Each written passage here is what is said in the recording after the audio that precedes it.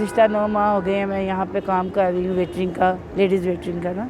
मैं गाड़ियों के पास जाती हूँ और गाड़ियों वाले से कहती हूँ, जैसे ये बैठे में फूड स्ट्रीट बनी हुई है, इनके अंदर जाती हूँ, अगर इधर से किसी ने कुछ मंगवाना हो तो ये मंगवा लेते हैं। कोई कह देते हैं कि हमारे लिए ये चीज़ ले आए तो उनको दे देती हूँ। तो कोई तो बहुत अच्छे होते हैं जो मकसद मुझे टिप अच्छी दे देते हैं, और कोई ऐसे होते हैं कि बिल्कुल भी नहीं देते। बाकी जो अल्लाह को मंजूर, अल्लाह की आस पे आती हूँ। कोई सैलरी नहीं है तो सिर्फ कमीशन देते हैं। मैंने कभी किसी से कहा नहीं कि आप टिप दें, अगर किसी की मर्ज़ी होती है तो कोई दे देते हैं, और ना मर्ज़ी हो तो नहीं देते। यहाँ पे कभी पुलिस वाले भी तंग करते हैं कि आप यहाँ क्या काम कर रही हैं, कौन सी जगह पे काम कर रही हैं, लेकिन ये लोग इतने अच्छे हैं कि ये मेरा साथ देते हैं सब, फिर कहते हैं कि ये काम करती हैं यहाँ पे।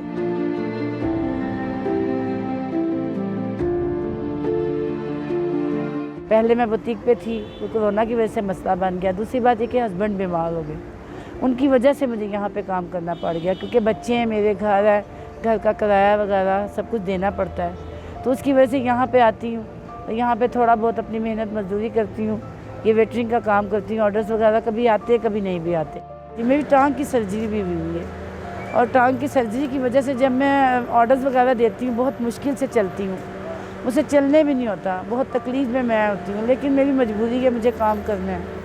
एक बेटी है वो छोटी है, उसको स्टडी का मसला बना हुआ है। तो ये मसला बना हुआ है कि मेरे हालात इतने ख़राब है, मैंने 2-3 दफ़ा उसको एडमिशन करवाया, लेकिन पैसों की वजह से मेरी बच्ची पढ़ नहीं पा रही। मैं किसी से मांगती नहीं हूँ, लेकिन सिर्फ इतना ज़रूर कहना चाहूँगी कि मैं एक डिज़र्विंग औरत हूँ, क्योंकि मेरे शोहर भी बीमार हैं और मेरा कोई कमाने वाला नहीं है, मेरा कोई वसीला नहीं है, मेरी सिर्फ और सिर्फ बच्चियाँ हैं। मैं अपना घर का अखराजात बहुत मुश्किल से चलाती हूँ।